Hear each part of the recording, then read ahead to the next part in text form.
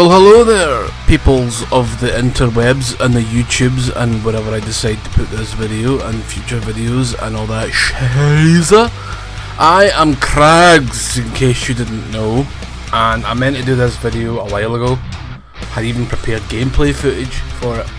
I hope I kept it. Guess we'll find out soon enough. So these videos, this is going to be the Book of Boba Fett review, then I'll do the first 2 episodes of the Obi-Wan Kenobi show.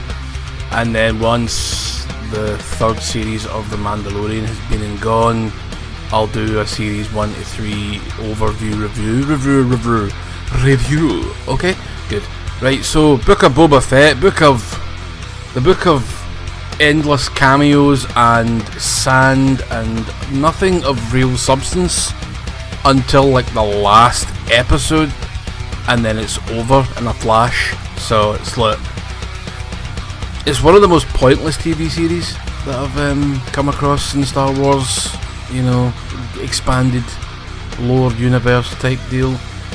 I mean, I like the idea, I like Boba Fett when he appeared in Mandalorian for the few episodes he was there, but I just don't think there's enough of meat to sustain Boba Fett in his own show. I think he's a I don't even think he's that interesting of a character. I don't know why people love Boba Fett. He's just a bounty hunter and he's a fucking idiot and he screws up more than he actually gets things right. And the only time that he actually did get something right was when Darth Vader appeared and did his job for him in The Empire Strikes Back. So Boba Fett's a screw up, plain and simple. I'd like to have seen him take the direction of, you know, finding out more about who his father actually was. Because he is a clone. They're carbon copies of each other. Django is just a younger Boba Fett or an older Boba Fett. I don't know what way you want to slice it. Doesn't really matter, I suppose. But maybe finding out about his past, maybe going to Kamino, because I know, well, in some version of Star Wars, like the Empire shuts down the cloning facility on Kamino. So it'd be nice to see maybe go to that and it's destroyed or something, or it's, you know, vastly in disrepair, something like that.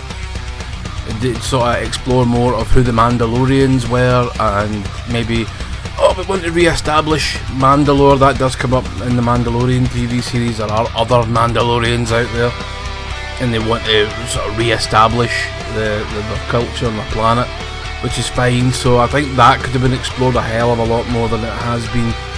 Like I say, it's touched in the Mandalorian TV series, but it's just kind of thrown away, which is very, very annoying.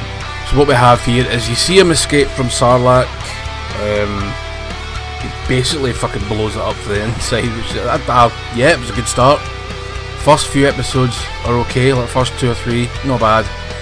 Then it just, actually I'd say the first episode's pretty good, but after that it just kind of goes to shit. Then you get these fucking modification people showing up and they just look fucking ridiculous. They look like rejects out of an 80s cyberpunk movie. You know, like fucking, oh no. And they've got these wee sand speeders. I mean, had the speeders they had appeared on Coruscant, if they were on Coruscant, I could understand why they would look like that, but they stick out like sore thumbs. It's something from the 50s that was based on a Cadillac, I would think, and then it just looks crap. Why not have like the speeder bikes like they had in the Shadows of the Empire game, or even in Return of the Jedi? Maybe modify them a wee bit, give them a bit more personality. That's what I would expect the speeder bikes to look like, not these funny little, they look like mopeds that someone's souped up. They look like Vespas, like a sci-fi Vespa. Shite! And the mods look terrible as well. I mean, one of the mods has got like a big fucking stupid looking eyepiece sticking out. He looks like a low rent Borg from Star Trek, and then they charge him to go and keep an eye on these other bad guys that I actually forget who the hell they are. They appear once in Solo and they get battered. They're running the spice mines of Kessel. I can't remember what they're called, but they look like something out of Destiny, you know, like that wizard went to the fucking moon or whatever the fuck. Kinda looked a bit like that. Can't remember the name of them at all, but he's asked to look after them. He's like, oh, keep an eye out, and he's like, oh, I'm sorry, you look, Boba Fett is apologising for an insult. Boba Fett apologised, people. What?